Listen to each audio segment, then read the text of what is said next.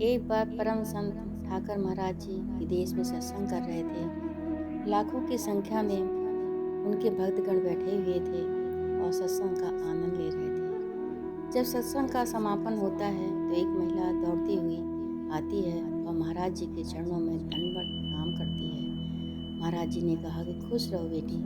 महिला ने कहा, महाराज जी, मैं चारों ओर समस्याओं से घिरी हुई हूँ। ऐसी स्थिति में मैं खुश कैसे रह सकती हूँ। महाराज ने कहा, बेटी, संसार में प्रभु है। समस्याओं को यदि वो देता है तो उसका समाधान भी वही करता है। तू परेशान मत हो बेटी, प्रभु सब कुछ ठीक कर देगा।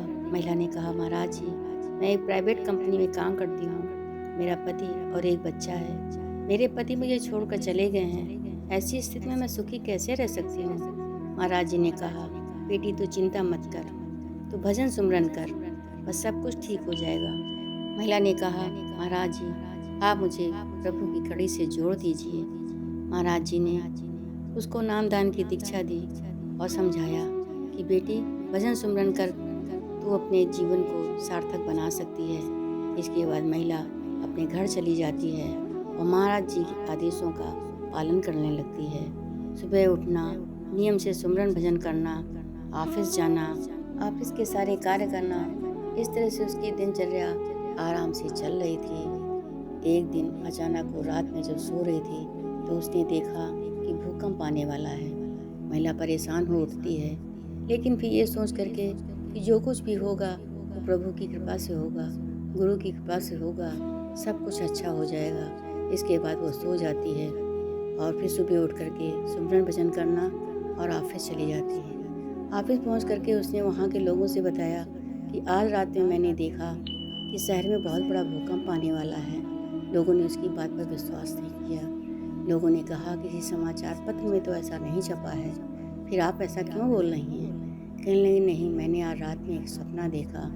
सब लोगों ने कहा, सपना सपना होता है, इसको इतनी हकीकत में क्यों मान रही हो। कहने लगी, नहीं, मैं एक ऐसे महान संत से जुड़ी हुई हूँ जिसकी वजह से मुझे लगता है कि जो मैं देखती हूँ वो हकीकत है, जो मैं देख रही हूँ वो सत्य है। सब लोगों ने कहा, अच्छा ठीक है।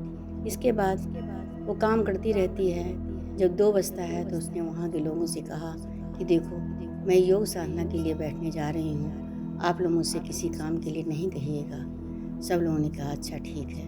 वो 2 बजे में योग साधना के लिए बैठ जाती है और आराम से साधना में लीन हो जाती है। ठीक थोड़ी देर के बाद भूकंप आ जाता है।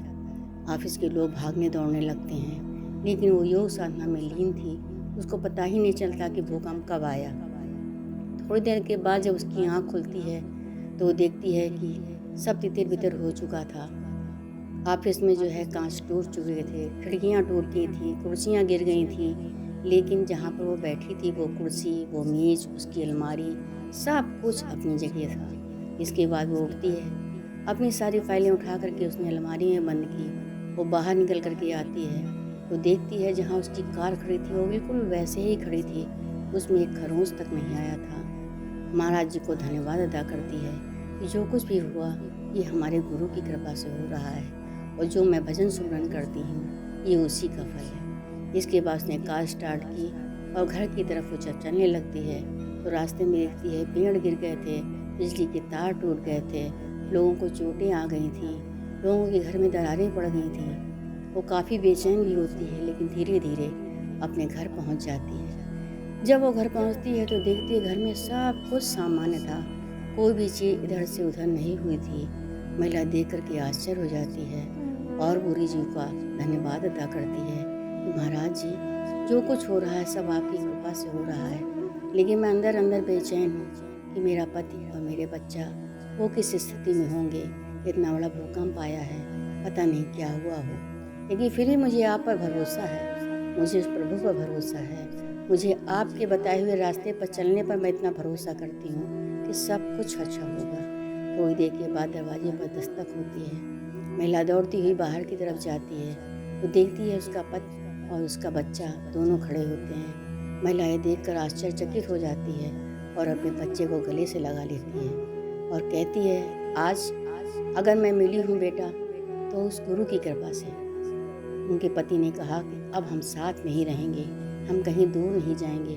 जब से हम तुम्हें छोड़कर चले गए हैं मैं बहुत परेशान था, उस महिला ने कहा कि जो कुछ भी हुआ वो गुरु जी की कृपा से हुआ।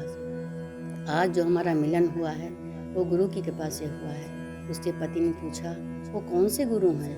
कहने लगे, बहुत ही महान गुरु हैं। उनकी दया कृपा से मैंने जो है भजन सिमरन किया, तभी मैं आपको पा सकी और इस बच्चे को पा सकी हूँ। उसके पति ने कहा, चिंता मत करो, हम और तुम्हारा बेटा अब उस महान संत से जुड़ेंगे। उसके बाद वो लोग रात में सो जाते हैं। सुबह महिला उठती है तो कहती है, आज मुझे ऑफिस जाना है, वहाँ जाकर के देखना है कि वहाँ क्या हुआ।